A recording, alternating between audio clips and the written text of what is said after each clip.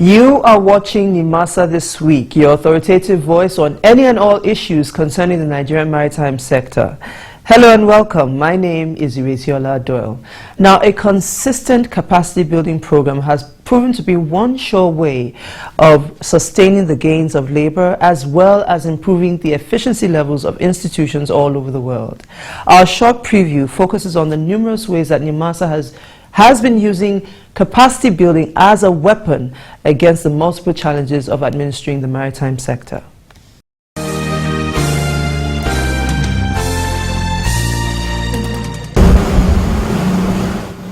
In recent times, awareness about the necessity for capacity building has increasingly gained prominence within the context of national development. Consequently, policymakers and implementers have been taking conscious steps towards adopting capacity building measures in line with global best practices. Government or the public sector has therefore been exploring cost-effective avenues towards the utilization of personnel in all areas of comparative advantage in order to serve the people better. Against this backdrop, the Nigerian Maritime Administration and Safety Agency Nimasa, as an agency of government, has through its diverse programs and projects given a completely new dimension to the concept of capacity building. This has more or less been the case since the assumption of office of the present Director General of the agency, Ziakede Patrick Agboblokemi. The efforts of Nimasa in the area of capacity building can be only accurately measured when the nature of the Nigerian maritime domain is taken into consideration in terms of its size, condensation, and terrain. The challenges of striking a balance between the immediate personnel needs of the agency and interfacing with the diverse interests in the maritime sector is in itself a complex assignment requiring tact and the highest level of diplomacy. So far in this respect, Nimasa has acquitted itself very commendably. It has always been, and most likely will remain, a fact that human capacity harnesses the latent potentials of other variables of development through its ability to make rational decisions or choices. Nimasa evidently recognizes this fact as exemplified by its dogged implementation of the Nigerian Seafarers Development Program, NSDP. All things being equal, this program is gradually transiting from its incubatory stages towards assuming a more central role as Nimasa continues to lay the groundwork for realizing the cabotage mandate entrusted on it by the establishing statute. It is only a question of time before the full benefits of this initiative begins to come to the fore. The agency has also been dedicating equal attention to the development of infrastructural facilities in the area of shipbuilding and repairs, as well as subsidizing the requisite conditions for the acquisition of vessels among Nigerian interests in the maritime sector. In addition, Nimasa has gone far ahead with plans to develop homegrown institutions equipped with facilities to impart quality training on seafarers at the entry point of service. Seatime experience, which is actually the hallmark of seafaring, is also one area the agency has been giving generous attention.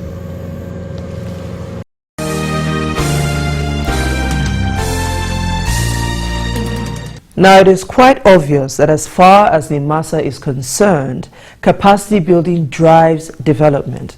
This can be deduced from the elaborate network of programs that the agency has organized to bridge the identified gaps in infrastructure, human capacity, as well as training institutions.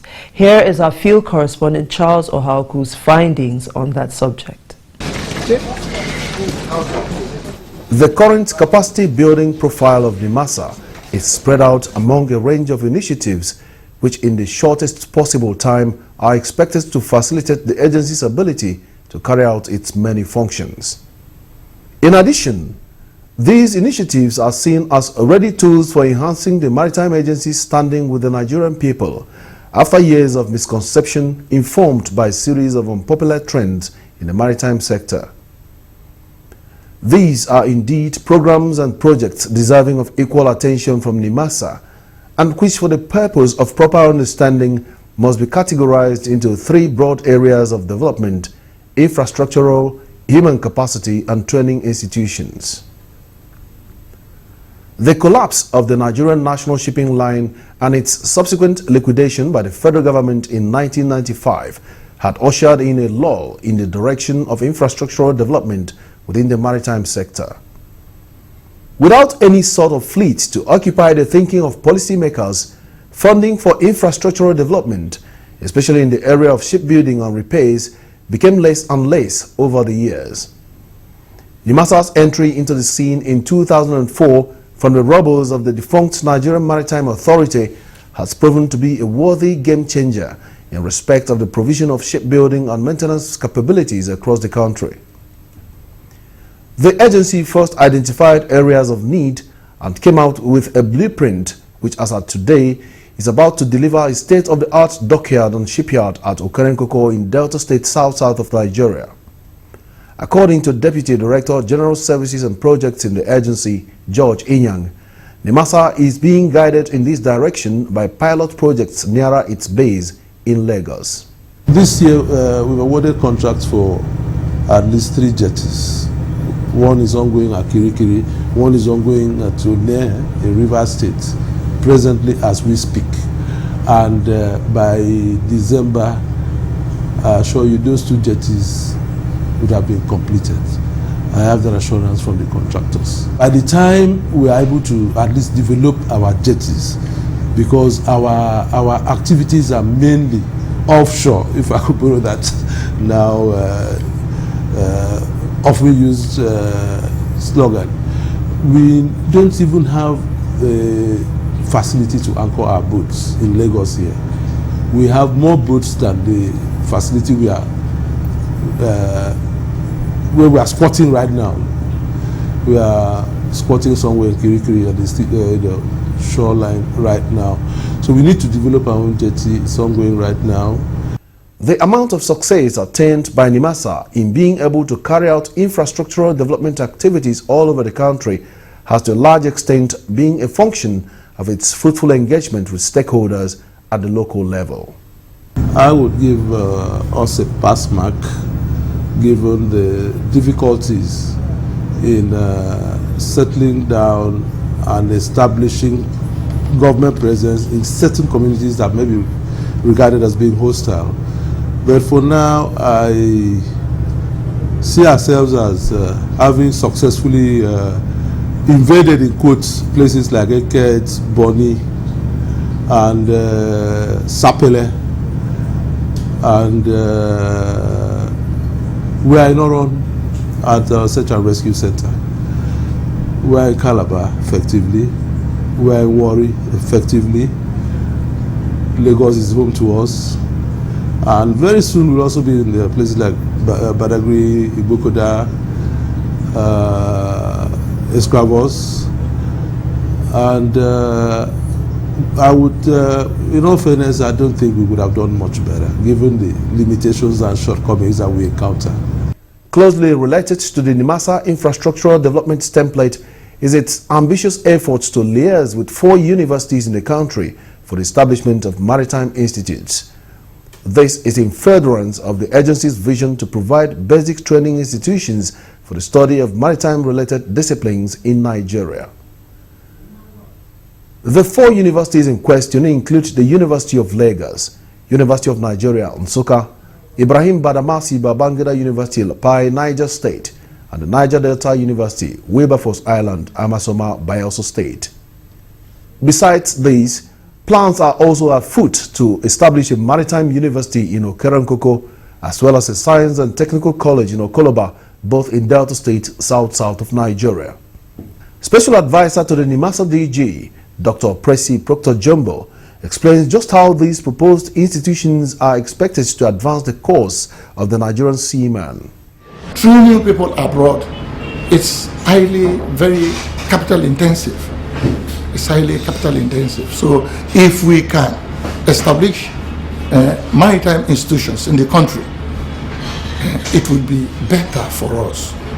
So in the meantime, we are about establishing 1 maritime university, 1 maritime science and Technical College, and four institutes of maritime studies in 4 already established universities in the country. We are trying to interface with the universities simply because there are a lot of expertise in our various universities which we have not tapped. For advanced training of Nigerian cadets and ratings, Nimasa has over time forged alliances with a number of universities in different parts of the world. This has been made possible through the instrumentality of the Nigerian Seafarers Development Program, a collaboration of the agency, various state governments, individuals and corporate organizations.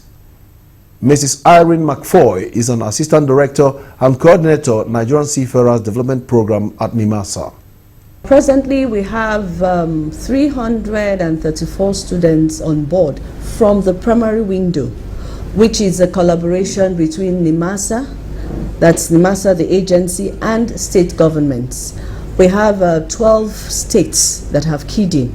We have 3 more states that have keyed in, and we hope that their students will join the program by January 2013. We have 334 children all over the world. We have some in India, we have some in the UK, we have some in Egypt.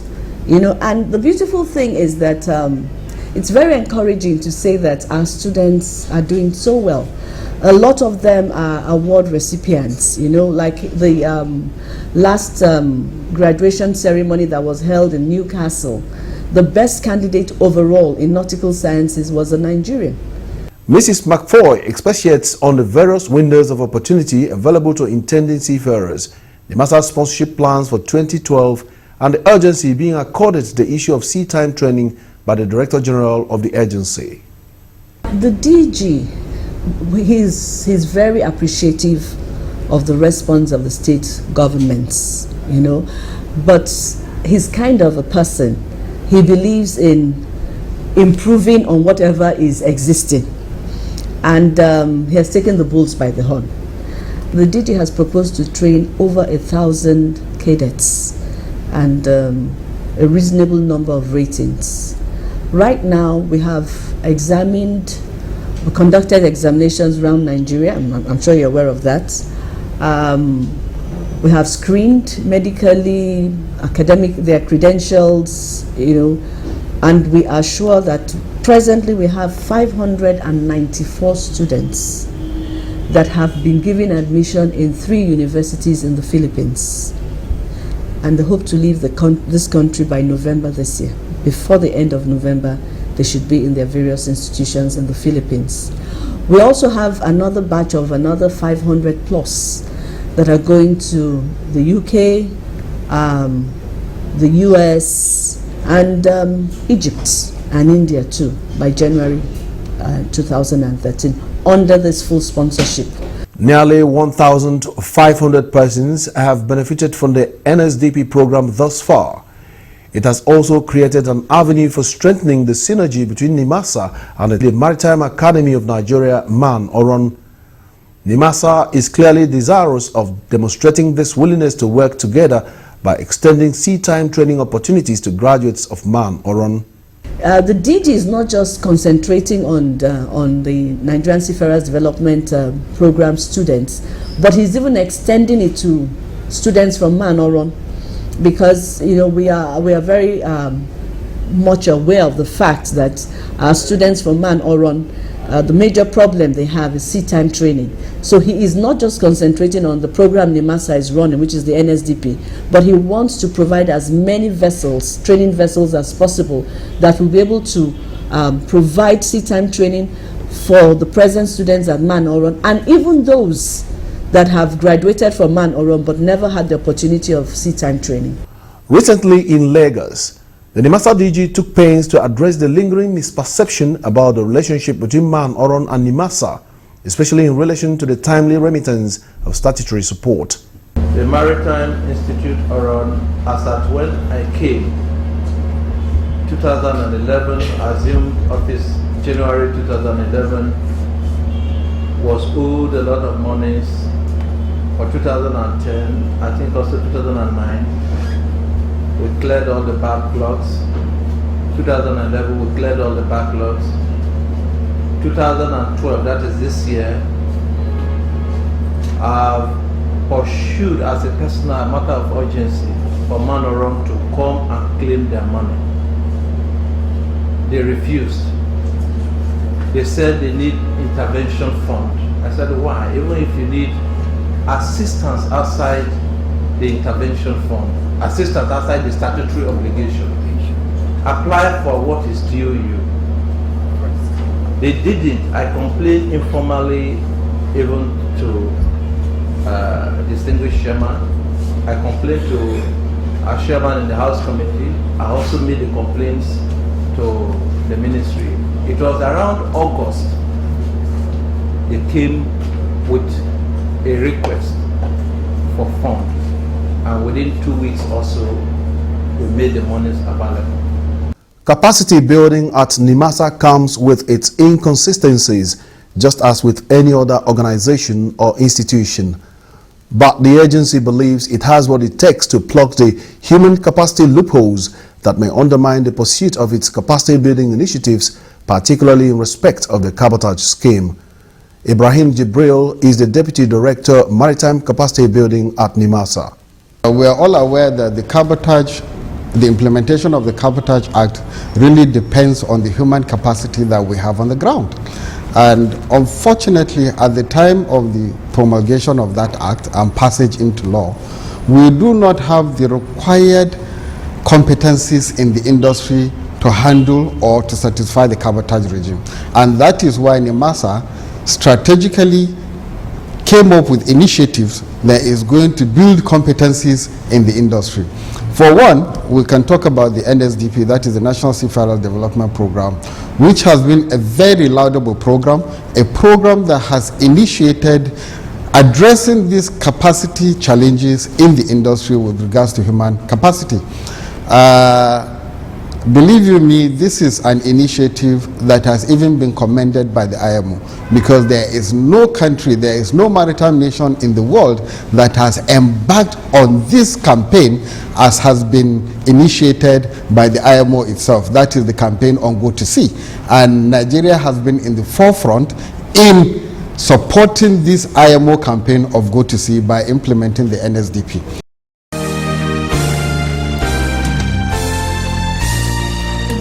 Up next is our news report, and today we bring you the story of the recent decoration ceremony of one of the gallant naval officers attached to the Maritime Guard Command. There were friendly faces everywhere as the Nimasa community gathered to celebrate with one of its own.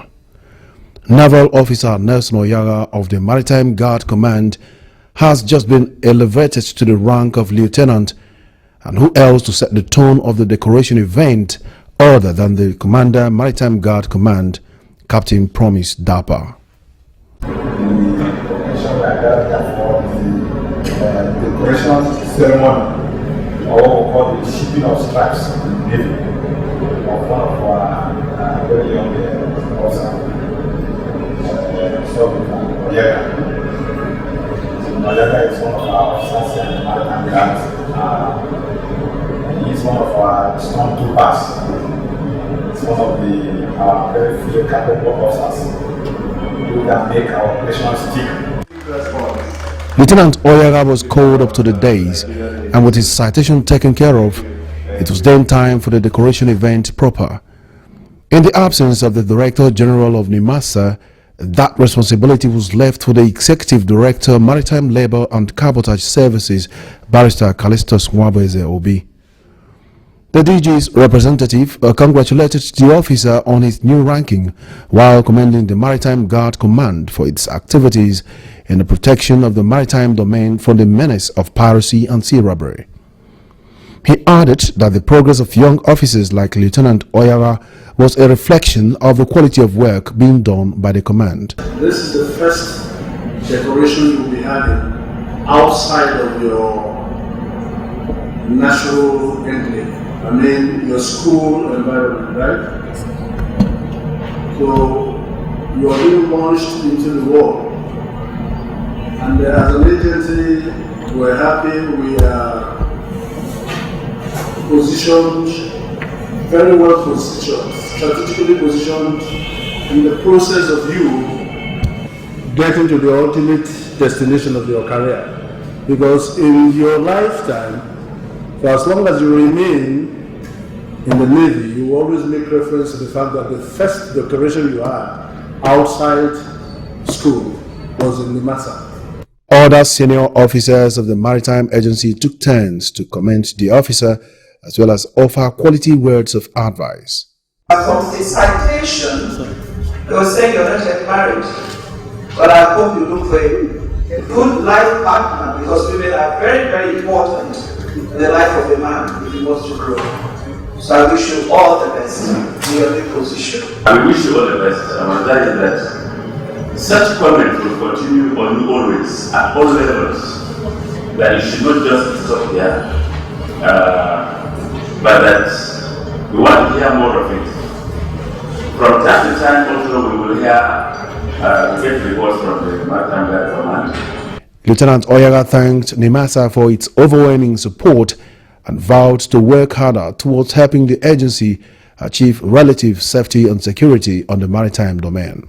I must say I've learned a lot about the sailing sector that I wouldn't have known based on how we sail with Navy, on their characteristics and manifest, way of living, protocol, a lot of things that I know will come a long way helping in my career.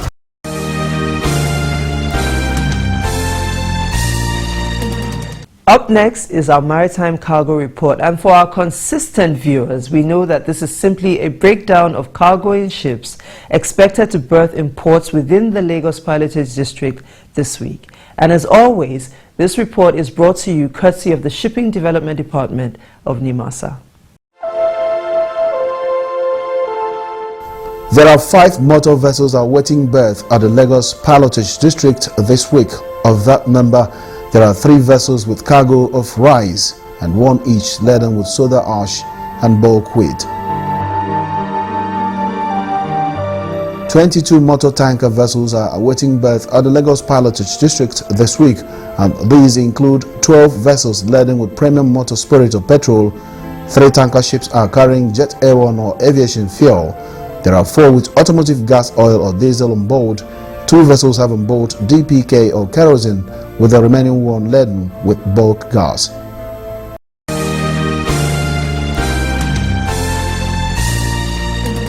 And now we come to our favorite part of the show, the interactive part, the part where we get to answer all your questions and comments. And this week, we're starting with this. First comment is from Edward Osakame from Benin, Edo State, and he says, I have been following your program on Channels Television, and I must say that it's very educative. I now understand some of the things I didn't know about the maritime sector.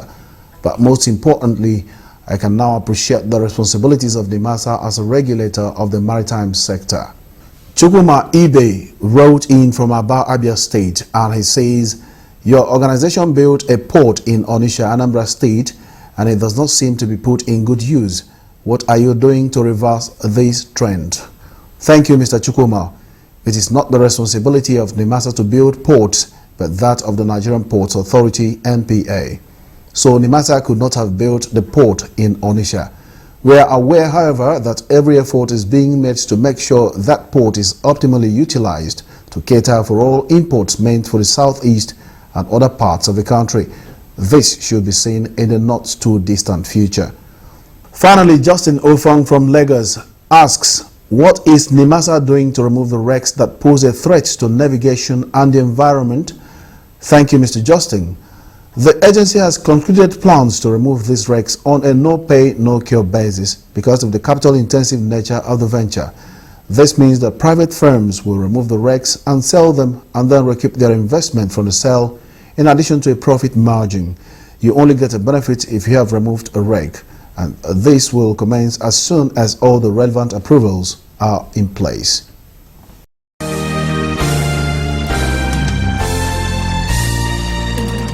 And now we come to the end of our show this week. As always, we hope we kept you informed and educated. Remember, Nimasa this week is an interactive show, so please keep those questions and comments coming. All you need to do is send them to the email address currently showing on your screen. Now, till I see you again, same time, same station next week, as always, I'm wishing you smooth sailing and bon voyage.